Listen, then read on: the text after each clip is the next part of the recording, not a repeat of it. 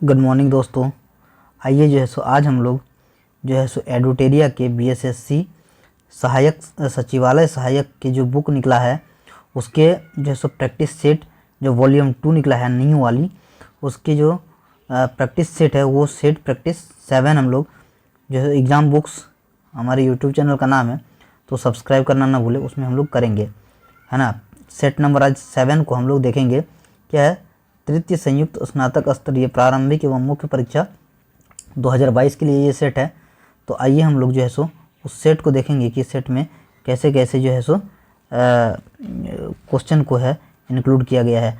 दोस्तों ये आपके लिए बहुत ही अच्छी बुक है और इसको ख़रीद के पढ़ना ज़रूर है। देखिए इससे आपको जो है सो बेनिफिट मिलेगी। तो हमारे चैनल में अगर नए हैं तो सब्सक्राइब करना ना भूलें। Thank you. आइए देखते हैं इस बुक को।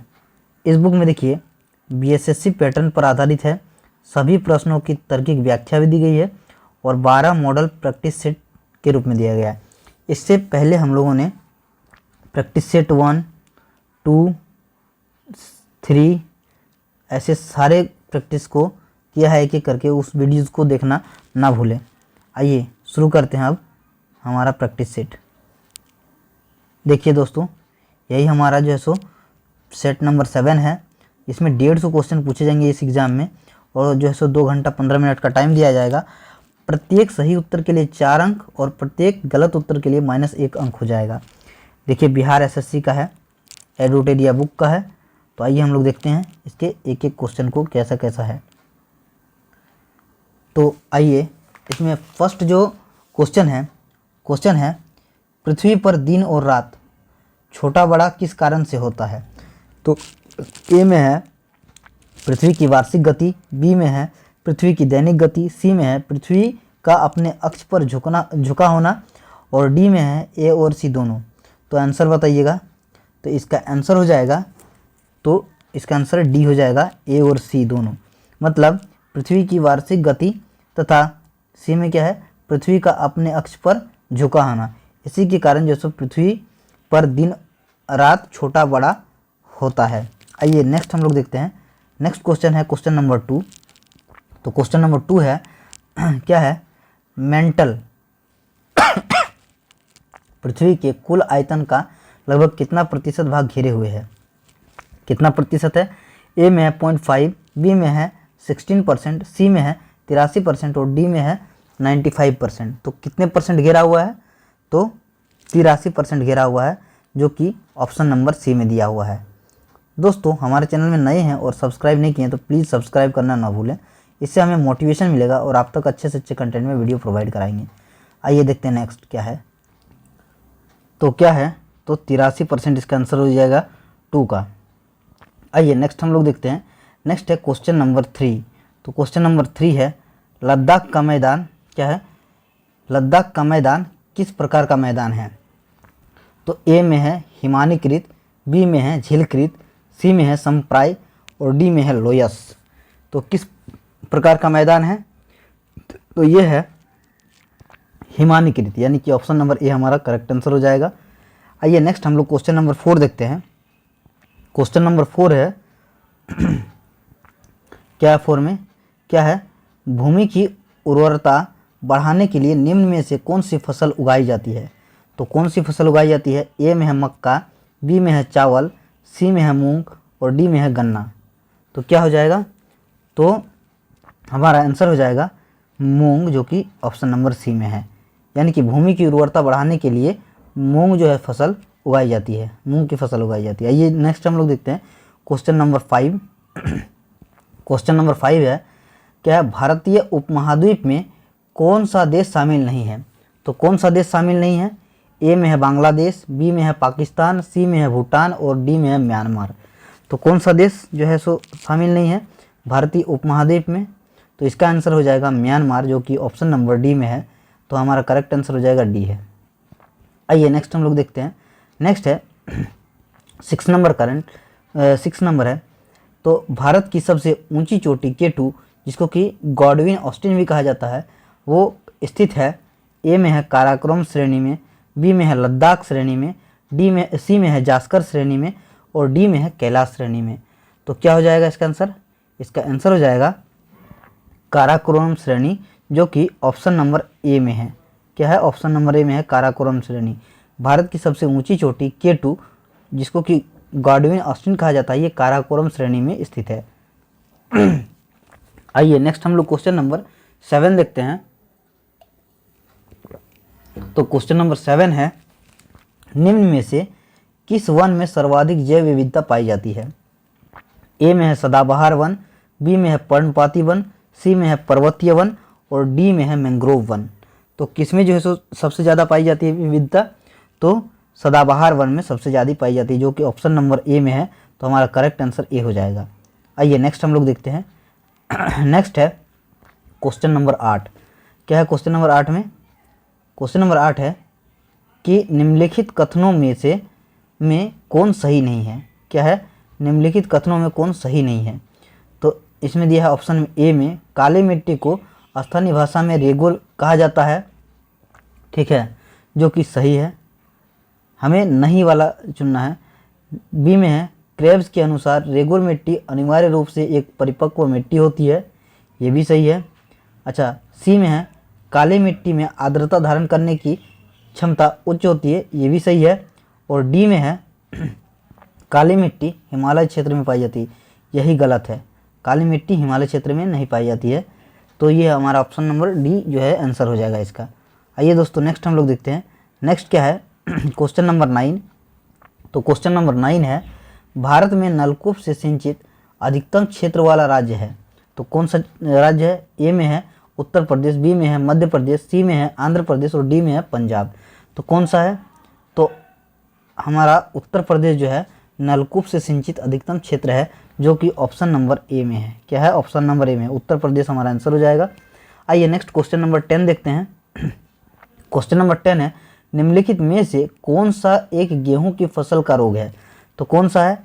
ए में है ब्लास्ट, बी में है टिक्का, सी में है डस्ट और डी में है रस्ट। तो कौन सा है? तो हमारा आंसर हो जाएगा रस्ट, जो कि ऑप्शन नंबर डी में है। क्या है? ऑप्शन नंबर डी में है, यानी कि गेहूं की फसल का रोग को क्या कहा जाता है? तो रस्ट कहा जाता है। आइए नेक्स्ट हम लोग देखते हैं।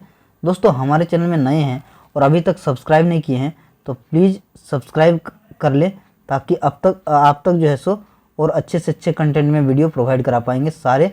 और हमें ये भी कमेंट भी करें कि आखिर कौन कौन से जो है सो बुक का आपको जो है प्रैक्टिस सेट या फिर बुक पढ़नी है, वो बताइए।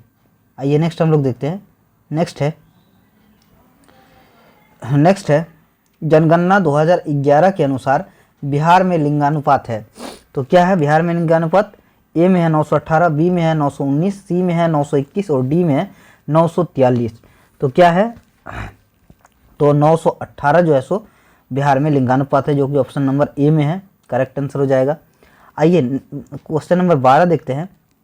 भारत की सबसे ऊंची झील निम्न में से कौन सी है?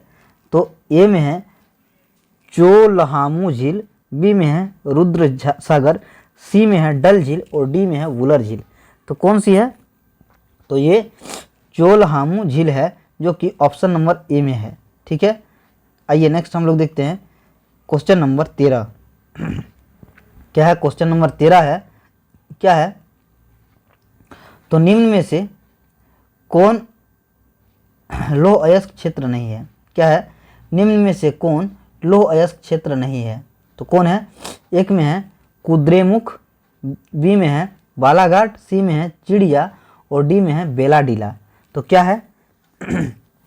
तो क्या है? तो इसका आंसर हो जाएगा बालाघाट, जो कि ऑप्शन नंबर बी में है, करेक्ट आंसर हो जाएगा। नेक्स्ट आइए देखते हैं। नेक्स्ट है महावेली गंगा किस देश की नदी है? महावेली गंगा किस देश की नदी है? तो ए में है श्रीलंका, बी में है भारत, सी में है पाकिस्तान, डी में है बांग्लादेश। तो किस देश की नदी है? तो ये श्रीलंका की नदी है, जो कि ऑप्शन नंबर ए में है। आइए नेक्स्ट हम लोग देखते हैं। नेक्स्ट क्या है? नेक्स्ट है 15 नंबर क्वेश्चन। तो 15 वाला क्वेश्चन है, क्या है देखते हैं। हड़प्पा सभ्यता, क्या है? हड़प्पा सभ्यता के निम्नलिखित स्थलों में से कौन सा स्थल अफगानिस्तान में स्थित है? तो कौन सा है? ए में है कोटदीजी, बी में है सोतुरगई, सी में है मोहनजोदड़ो और डी में है चनहुदड़ो। तो इसका आंसर हो जाएगा, क्या हो जाएगा, सोतुरगई, जो कि ऑप्शन नंबर बी में है। क्या है, सोतुरगई ऑप्शन नंबर बी में है। आइए नेक्स्ट है, नेक्स्ट क्या है 16 नंबर। 16 नंबर क्या है, जैन धर्म के 24वें तीर्थंकर भगवान महावीर का जन्म कहाँ हुआ था? तो इसमें ऑप्शन है, ए में कुंडग्राम, बी में पावापुरी, सी में बोधगया और डी में लुम्बिनी। तो इसका आंसर हो जाएगा, इसका आंसर क्या हो जाएगा, तो कुंडग्राम हो जाएगा, जो कि ऑप्शन नंबर ए में है। ठीक है, कुंडग्राम में जो भगवान महावीर का जन्म हुआ था। कुछ लोग कुंडलग्राम भी बोलते हैं। आइए नेक्स्ट हम लोग देखते हैं क्वेश्चन नंबर 17। क्या है क्वेश्चन नंबर 17? तो 17 में है, इल्तुतमिश के शासन काल के दौरान विशेष गुलामों को सैन्य सेवा के लिए खरीदा जाता था, जिन्हें किस नाम से जाना जाता था? तो ए में सामंत है, बी में बंदगान है, सी में इक्तादार है और डी में मुक्तिस है। तो किस नाम से जाना जाता था? तो बंदगान के नाम से जाना जाता था, जो कि ऑप्शन नंबर बी में है, वही करेक्ट हो जाएगा। आइए नेक्स्ट हम लोग देखते हैं दोस्तों। नेक्स्ट है क्वेश्चन नंबर 18। क्वेश्चन नंबर 18 है, सैयद राजवंश की स्थापना किसने की? तो किसने की? ए में है इब्राहिम लोदी, बी में है खिज्र खान, सी में है निजाम शाह और डी में है बलवन। तो किसने की थी? तो सैयद वंश की स्थापना तो खिज्र खान ने की थी, जो कि ऑप्शन नंबर बी में है। आइए नेक्स्ट है, वांडीवास के युद्ध में अंग्रेजों ने किसको हराया था? तो ए में है फ्रांसीसी, बी में है पुर्तगाली, सी में है स्पेनिश और डी में है डच। तो किसको हराया था? तो ये इन्होंने फ्रांसीसी को हराया था, जो कि ऑप्शन नंबर ए है। ठीक है, आइए नेक्स्ट हम लोग देखते हैं। नेक्स्ट है, बहावी आंदोलन का मुख्य उद्देश्य क्या था? तो क्या था? ए में है ब्रिटिश सरकार के साथ संबंध बनाना, बी में है इस्लाम को परिशुद्ध करना, सी में है तर्कसंगत शिक्षा अपनाना और डी में है मुस्लिम महिलाओं की रक्षा करना। तो क्या हो जाएगा इसका आंसर? इसका आंसर है इस्लाम को परिशुद्ध करना, जो कि ऑप्शन नंबर बी में है। यानी कि बहावी आंदोलन का मुख्य उद्देश्य क्या था? तो इस्लाम को परिशुद्ध करना इसका मुख्य उद्देश्य था। आइए नेक्स्ट हम लोग देखते हैं। नेक्स्ट है 21 नंबर। दोस्तों 21 नंबर देखने से पहले हम आपको बता दें कि इसका एक्सप्लेनेशन वाला वीडियो भी आने वाला है, तो जो कि एक जो है मास्टर वीडियो होगा, उसमें 12 सेट जो है 1 से लेके 12 सेट का मास्टर वीडियो बनेगा, उसका एक्सप्लेनेशन के साथ बनेगा, उसको देखना ना भूले। आइए नेक्स्ट हम लोग देखते हैं 21 नंबर क्वेश्चन। क्या है, महात्मा गांधी ने किसको दीनबंधु की उपाधि दी थी? किसको दी थी? ए में चितरंजन दास, बी में है CF एंड्रयूज और सी में है अब्दुल गफ्फार खान और डी में है राजेंद्र प्रसाद। तो इसका आंसर हो जाएगा बी, CF एंड्रयूज। क्या है? CF एंड्रयूज को जो सो दीनबंधु की जो है सो उपाधि दी थी। ठीक है, आइए नेक्स्ट हम लोग देखते हैं।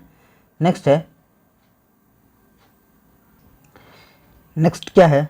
नेक्स्ट है, तृतीय आंग्ल मैसूर युद्ध के दौरान बंगाल के गवर्नर जनरल कौन थे?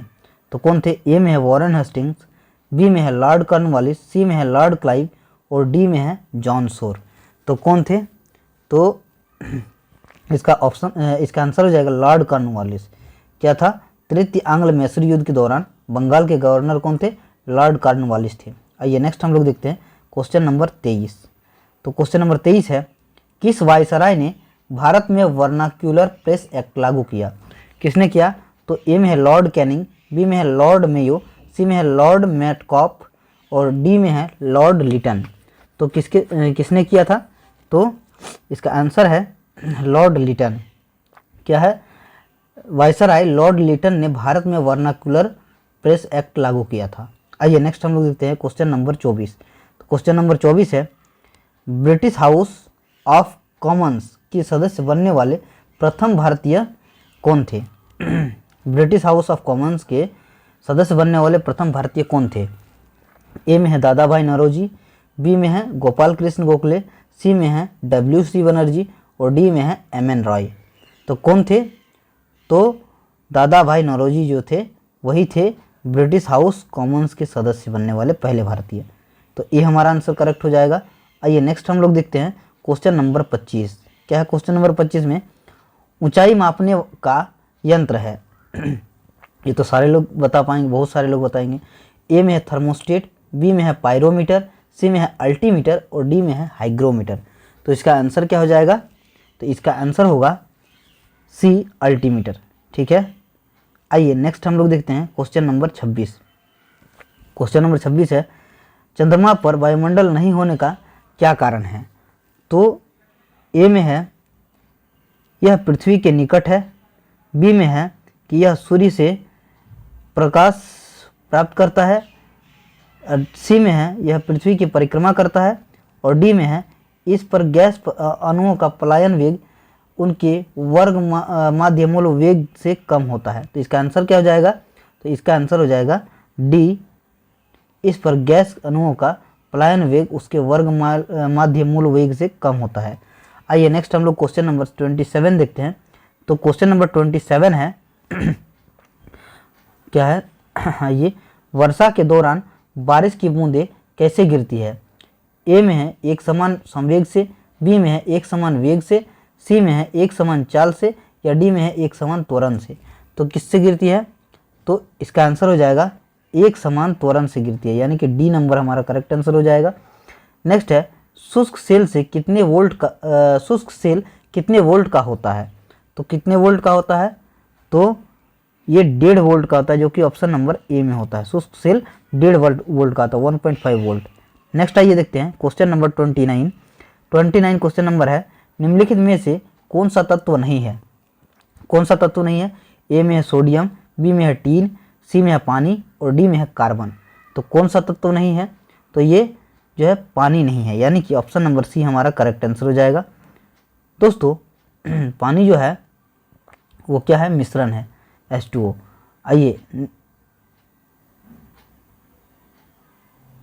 2 या 2 से अधिक तत्वों से बनने वाले जो है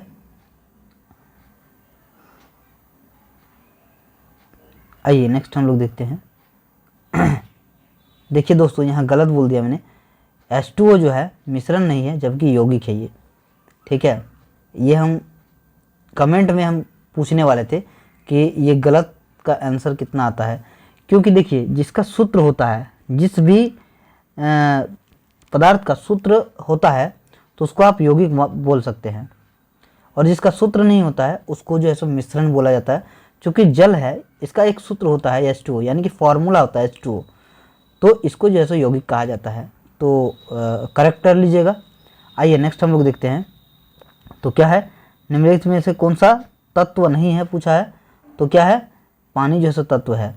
फॉर्म देखिए, ये सिंगल है, टीन का क्या होता है? SN होता है, और कार्बन का क्या होता है? C होता है, जबकि पानी का क्या होता है? H2O है। आइए नेक्स्ट हम लोग देखते हैं। नेक्स्ट है क्वेश्चन नंबर 30। क्या है क्वेश्चन नंबर 30? क्या है? एक्वारेजिया।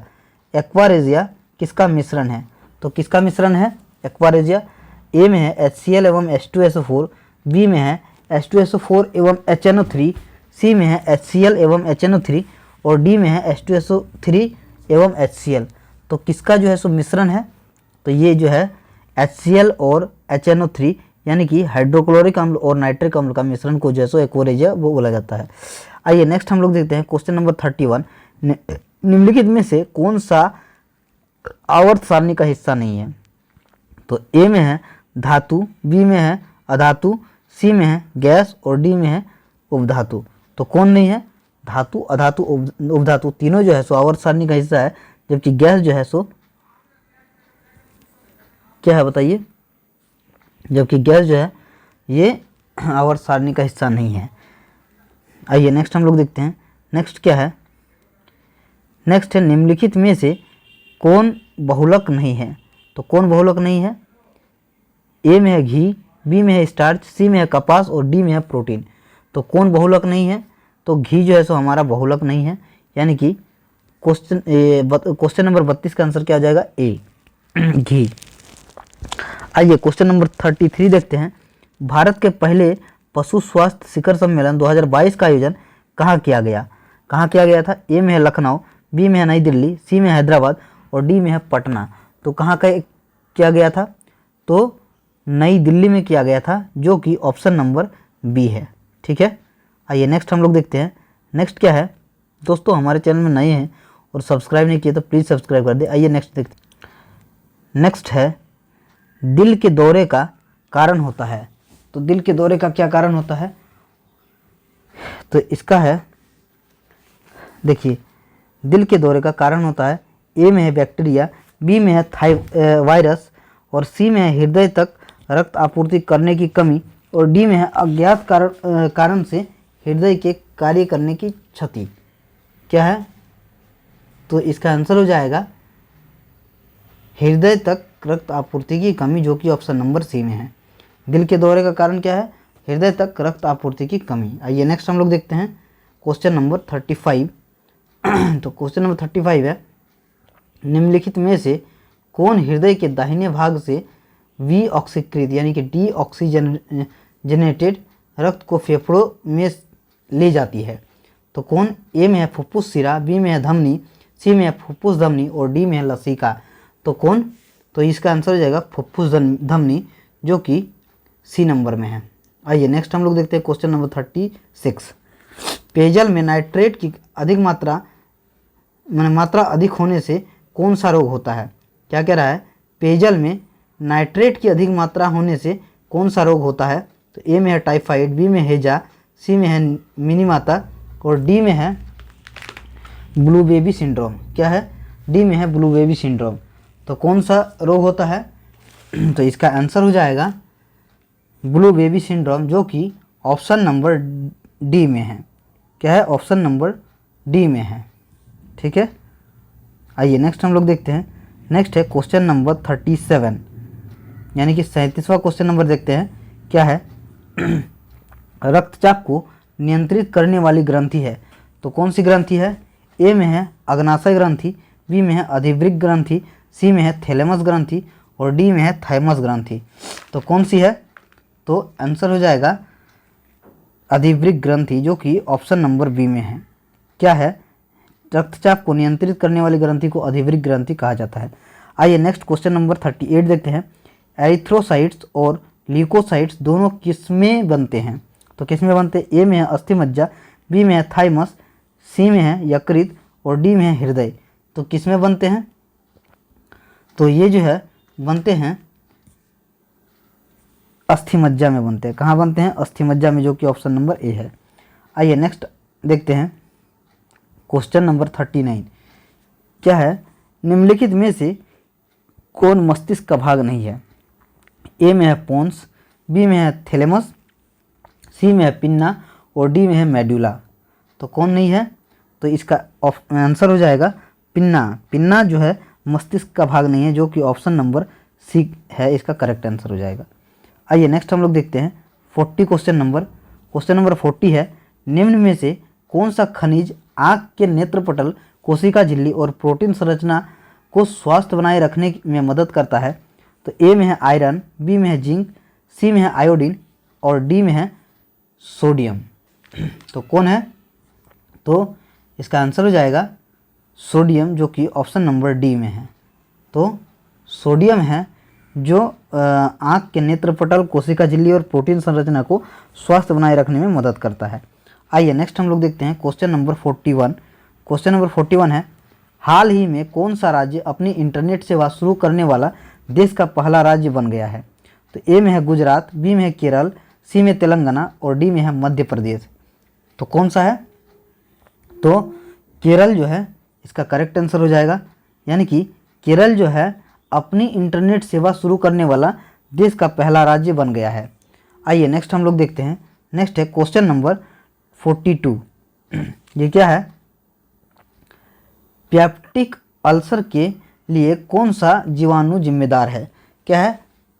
सॉरी, पौष्टिक अल्सर के लिए कौन सा जीवाणु जिम्मेदार है? पौष्टिक नहीं है, पेप्टिक है। पेप्टिक अल्सर के लिए कौन सा जीवाणु जिम्मेदार है? तो ए में है कैम्पिलोबैक्टर, बी में है बैसिलस सेरियस, सी में है एसेरिकिया कोलाई और डी में है हेलिकोबैक्टर पाइलोरी। तो इसका आंसर क्या हो जाएगा? तो इसका आंसर है क्या है? बैसिलस सेरियस। इसका आंसर क्या है? बेसिलस सेरियस, जो कि ऑप्शन नंबर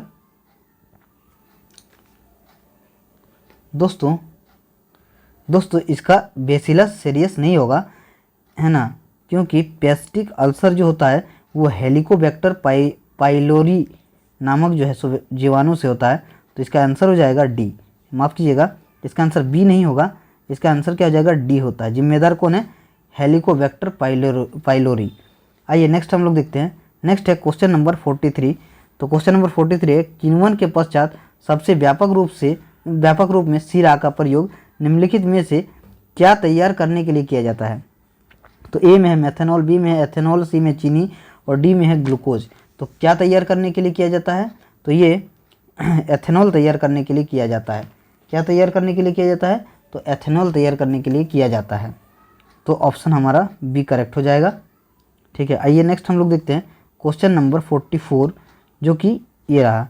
क्या है, वह लौह इस्पात कारखाना जो लौह अयस्क क्षेत्र एवं कोयला क्षेत्र दोनों के समीप है, तो कौन है, विशाखापट्टनम, बी में है जमशेदपुर, सी में है बोकारो और डी में है राउरकेला। तो क्या हो जाएगा इसका आंसर, इसका आंसर हो जाएगा बी जमशेदपुर। ये जमशेदपुर क्या है, ये लौह इस्पात कारखाना है जो लौह अयस्क क्षेत्र व एवं कोयला क्षेत्र दोनों के समीप है। तो आंसर क्या हो जाएगा, बी हो जाएगा जमशेदपुर। आइए नेक्स्ट हम लोग देखते हैं क्वेश्चन नंबर 45। क्या है 45 क्वेश्चन नंबर, निम्नलिखित में से किसका वैज्ञानिक नाम मैंगीफेरा इंडिका है। ये तो बहुत लोग जानते हैं, तो ये जो है सो आम का जो है ये जो है सो बी इसका करेक्ट आंसर हो जाएगा। ठीक है, आइए नेक्स्ट हम लोग देखते हैं क्वेश्चन नंबर 46, जो कि ये रहा। क्या है, कृषि मंत्री नरेंद्र सिंह तोमर द्वारा हरियाणा स्थित ICAR national research centre on equine द्वारा विकसित जानवरों के लिए देश के पहले घरेलू कोविड-19 वैक्सीन को मंजूरी दी। क्या है, एनोकोवैक्स ए में है, बी में है जोकोवैक्स, सी में है कार्बीवैक्स और डी में है कोनोवैक्स। तो इसका आंसर हो जाएगा ए एनोकोवैक्स। क्या हो जाएगा इसका, ए एनोकोवैक्स, इसी का जो है सो मंजूरी दिया है। आइए नेक्स्ट हम लोग देखते हैं। नेक्स्ट है 47 नंबर क्वेश्चन, कंपनियों की उत्पादकता में वृद्धि का आर्थिक प्रभाव क्या है। तो आर्थिक प्रभाव क्या है, तो इसका जो है ए में है सकल घरेलू उत्पाद में कमी, बी में है सकल घरेलू उत्पाद में कोई बदलाव नहीं, सी में है सकल घरेलू उत्पाद में वृद्धि और डी में है उपर्युक्त में से कोई नहीं। तो इसका आंसर हो जाएगा सकल घरेलू उत्पाद में वृद्धि, जो कि ऑप्शन नंबर सी में है। तो ये हमारा सी करेक्ट आंसर हो जाएगा। आइए नेक्स्ट हम लोग देखते हैं। नेक्स्ट है क्वेश्चन नंबर 48। तो 48 क्वेश्चन नंबर क्या बोल रहा है, देखिए, टाटा सन्स ने निम्नलिखित में से किसके साथ एयर इंडिया का विलय किया है। तो ए में है एयर एशिया, बी में है मलेशिया एयरलाइंस, सी में है थाई एयर एशिया और डी में है एयर एशिया फिलीपींस। तो इसका आंसर हो जाएगा एयर एशिया। क्या है, एयर एशिया के साथ जो है टाटा सन्स ने एयर इंडिया का विलय किया है। तो आंसर क्या हो जाएगा, एयर एशिया। तो ये ऑप्शन जो है ए हमारा करेक्ट आंसर हो जाएगा। आइए नेक्स्ट हम लोग देखते हैं 49। क्या है, तांबा अयस्क का सर्वाधिक उत्पादन करता राज्य है। तो ए में है मध्य प्रदेश, बी में है राजस्थान, सी में है झारखंड और डी में है गुजरात। तो इसका आंसर हो जाएगा मध्य प्रदेश, जो कि ऑप्शन नंबर ए में है। क्या है, तांबा अयस्क का सर्वाधिक उत्पादन करता राज्य क्या है, तो मध्य प्रदेश है। ठीक है, आइए नेक्स्ट हम लोग क्वेश्चन नंबर 50 देखते हैं। दोस्तों हमारे चैनल में नए हैं और अभी तक सब्सक्राइब नहीं किए, प्लीज़ सब्सक्राइब कर दें। देखिए, समावेशी समृद्धि के लिए आवश्यक है। तो ए में है सतत कृषि, बी में है आधारभूत सुविधाओं का विकास, सी में है शिक्षा एवं स्वास्थ्य जैसी सामाजिक सेवाओं की आधिकारिक उपलब्धता और डी में है उपर्युक्त सभी। तो इसका आंसर हो जाएगा डी, उपर्युक्त सभी। ठीक है, आइए नेक्स्ट हम लोग देखते हैं क्वेश्चन नंबर 51। क्वेश्चन नंबर 51 है, लोकसभा में अविश्वास प्रस्ताव प्रस्तुत करने के लिए लोकसभा के कितने सदस्यों का समर्थन होना आवश्यक है। तो कितना है, ए में है 25, बी में है 50, सी में है 100 और डी में है 120। तो कितने का होना चाहिए, तो 50 का कम से कम जो है सो समर्थन होना आवश्यक है।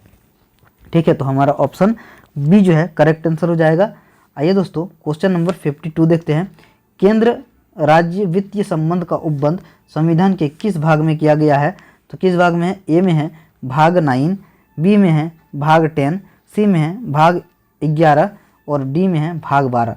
तो यानी कि हमारा आंसर हो जाएगा भाग 12, यानी कि केंद्र राज्य वित्तीय संबंध का उपबंध संविधान के भाग 12 में किया गया है। आइए नेक्स्ट हम लोग देखते हैं क्वेश्चन नंबर 53। क्या है 53। तो आइए देखते हैं क्या है 53 में। तो 24वें ग्रीष्मकालीन बधिर ओलंपिक यानी कि डेफलिम्पिक्स 2021 का आयोजन किस देश में किया गया? तो किस देश में किया गया? ए में है दक्षिण कोरिया, बी में है जापान, सी में है इटली और डी में है ब्राज़ील। तो किस में किया गया?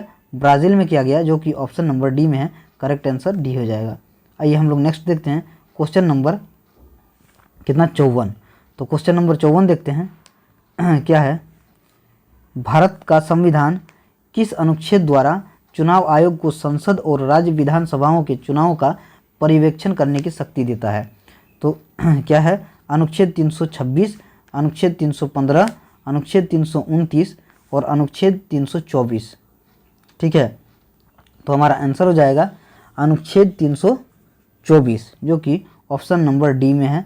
तो अनुच्छेद 324 जो है ये भारत का संविधान जो है ये चुनाव आयोग को संसद और राज्य विधानसभाओं के चुनावों का पर्यवेक्षण करने की शक्ति देता है।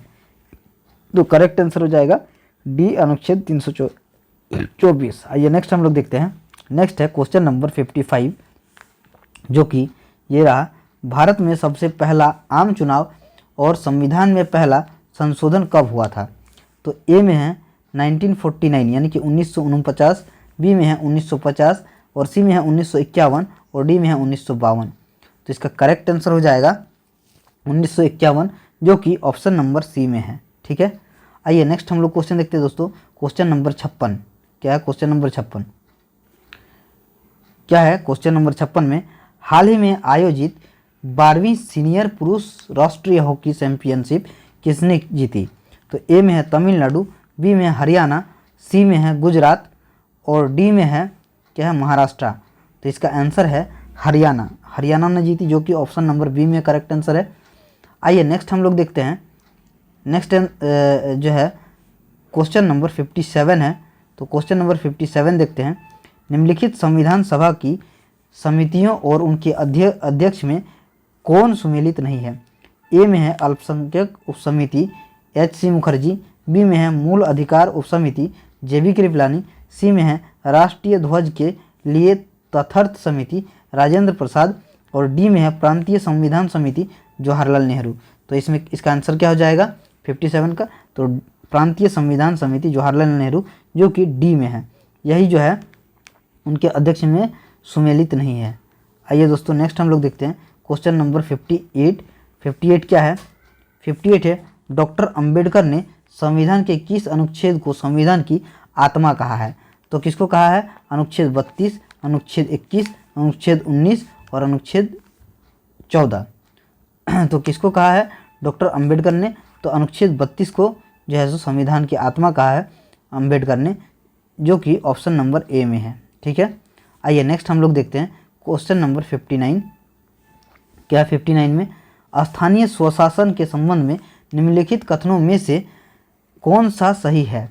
तो ए में है स्थानीय शासन राज्य सरकार से प्राधिकार प्राप्त करती है, बी में है अनुच्छेद 243(1) में पंचायती राज संस्थाओं को कुल 29 कार्य दिए गए हैं, 80 में है स्थानीय प्रशासन को अपना प्राधिकार संविधान से प्राप्त होता है और डी में है स्थानीय शासन राष्ट्रहित के कार्य संपन्न करता है। तो इसका आंसर क्या हो जाएगा? तो इसका आंसर हो जाएगा स्थानीय प्रशासन को अपना अधिकार संविधान से प्राप्त होता है। क्या है? स्थानीय प्रशासन को अपना प्राधिकार संविधान से प्राप्त होता है, यही जो है कथन एक सही कथन है। आइए नेक्स्ट हम लोग देखते हैं क्या है क्वेश्चन नंबर 60। 60 में है, प्रथम पिछड़ा वर्ग आयोग का गठन किसकी अध्यक्षता में किया गया था? तो ए में है वीपी मंडल, बी में है आर.एन. प्रसाद, सी में है काका साहेब कालेलकर और डी में है श्याम सुंदर। तो किनके जो है सो किया गया था? तो काका साहब कालेलकर। क्या है? ऑप्शन नंबर सी आंसर हो जाएगा। काका साहब कालेलकर जो है प्रथम पिछड़ा वर्ग आयोग का गठन इनकी ही अध्यक्षता में किया गया था। आइए नेक्स्ट हम लोग देखते हैं क्वेश्चन नंबर 61। तो क्वेश्चन नंबर 61 है, निम्न में से कौन संयुक्त राष्ट्र की सुरक्षा परिषद का अस्थायी सदस्य नहीं है? तो कौन नहीं है? ए में है जर्मनी, बी में है फ्रांस, सी में है ग्रेट ब्रिटेन और डी में है चीन। तो कौन नहीं है? तो ये जर्मनी जो है ये संयुक्त राष्ट्र सुरक्षा परिषद का अस्थायी सदस्य नहीं है। आंसर क्या हो जाएगा? ए हो जाएगा। आइए नेक्स्ट क्वेश्चन नंबर 62 देखते हैं। तो क्या 62? एवरेस्ट शिखर पर चढ़ने वाली दूसरी भारतीय महिला थी, तो कौन थी? ए में है संतोष यादव, बी में है बछेंद्री पाल, सी में है एम श्रीलेखा और डी में है प्रियंका मोहिते। तो इसका आंसर हो जाएगा संतोष यादव, जो कि ऑप्शन नंबर ए में है। ये संतोष यादव जो है एवरेस्ट शिखर पर चढ़ने वाली दूसरी भारतीय महिला है। दोस्तों, पहली भारतीय महिला जो कि एवरेस्ट पर चढ़ी थी उसका नाम जो है सो कमेंट पे जो है सो लिखिएगा। आइए नेक्स्ट हम लोग देखते हैं। नेक्स्ट क्या है?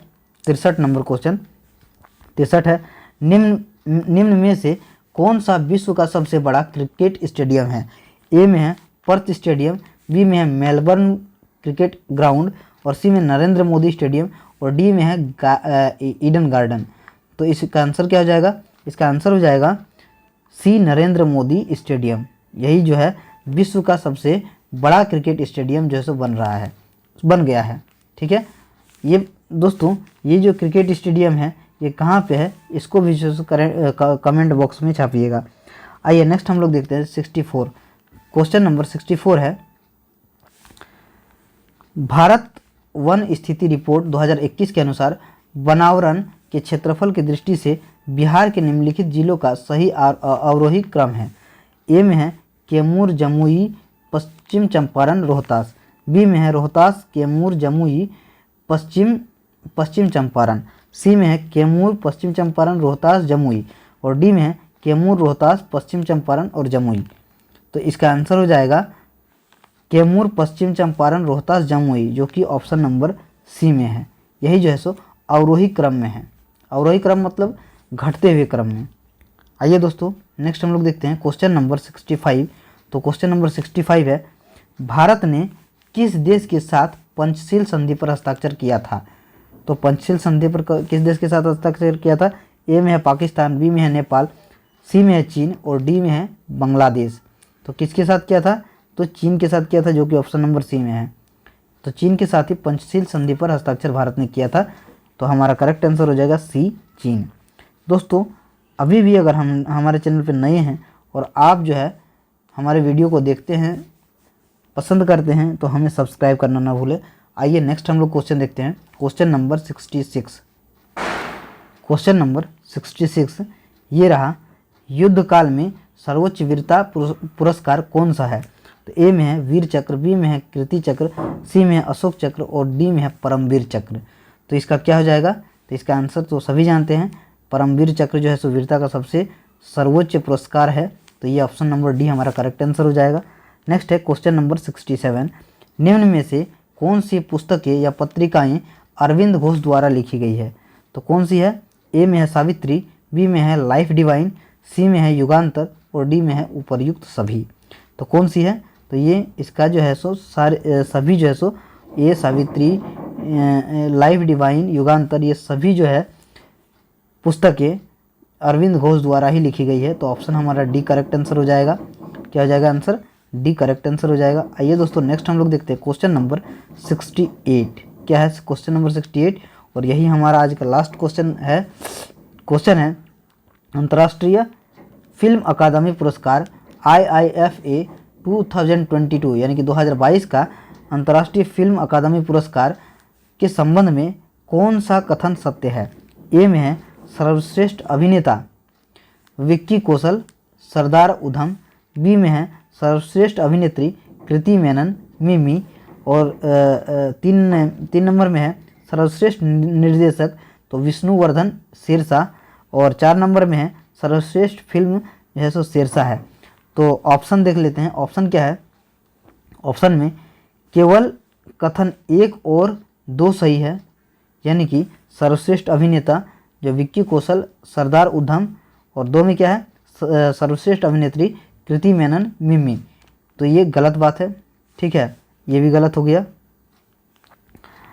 केवल कथन 2 और 3 सही है कि कथन 2 और 3 सही है, ये भी नहीं है सही। और कथन 1 2 3 सही है, तो ऐसा बात नहीं है। तो सभी कथन सही है जो कि करेक्ट है, यानी कि हमारा आंसर हो जाएगा डी सभी है, यानी कि सारे जो है कथन सही है, केवल 1 और 2 सही नहीं है, सभी जो है सो सही है। ठीक है, तो आशा करते हैं आपको जो है सो हमारा आज का सेशन अच्छा लगा होगा। आने वाले वीडियोज़ में हम जो है सो आप तक और अच्छे से अच्छे जो है ये लाएंगे क्वेश्चंस। आइए नेक्स्ट हम लोग क्वेश्चन देखते हैं। प्रागैतिहासिक काल के निम्नलिखित में से किस शहर में कपास उगाया जाता है? तो ये राखीगढ़ी, बी में है लोथल, सी में है कालीबंगा और डी में है मेहरगढ़। तो किस में किया जाता है? तो ये मेहरगढ़ में किया जाता है, जो कि ऑप्शन नंबर डी में है। आइए दोस्तों नेक्स्ट हम लोग देखते हैं क्वेश्चन नंबर 70। तो क्वेश्चन नंबर 70 है, सौरभ चौधरी किस खेल से संबंधित खिलाड़ी है? तो किस खेल से संबंधित खिलाड़ी है? ए में है निशानेबाजी, बी में है कुश्ती, सी में भाला फेंक और डी में है गोला फेंक। तो इसका आंसर हो जाएगा सौरभ चौधरी किससे है? तो निशानेबाजी से, जो कि ऑप्शन नंबर ए में करेक्ट हो जाएगा। हमारे चैनल में नए हैं और अभी तक सब्सक्राइब नहीं किए तो प्लीज़ सब्सक्राइब कर दे, लाइक शेयर करना ना भूलें। थैंक यू, जय हिंद, जय भारत।